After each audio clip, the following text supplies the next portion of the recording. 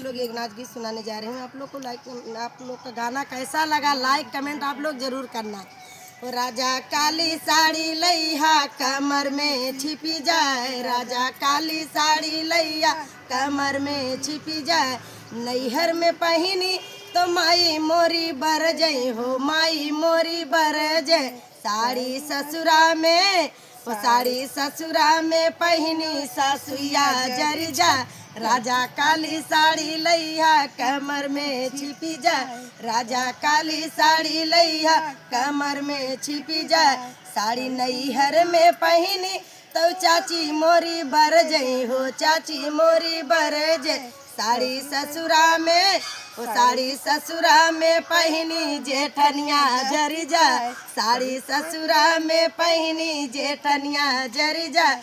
राजा काली साड़ी लैया कमर में छिपी जाए, राजा काली साड़ी लैया कमर में छिपी जाए। नैहर में पहनी तो दीदी मोरी बर जई हो, दीदी मोरी बर जय। साड़ी ससुरा में, वो साड़ी ससुरा में पहनी ननदिया जरी जाए, साड़ी ससुरा में पहनी ननदिया जरी जाए। राजा काली साड़ी लैया कमर में छिपी जाए।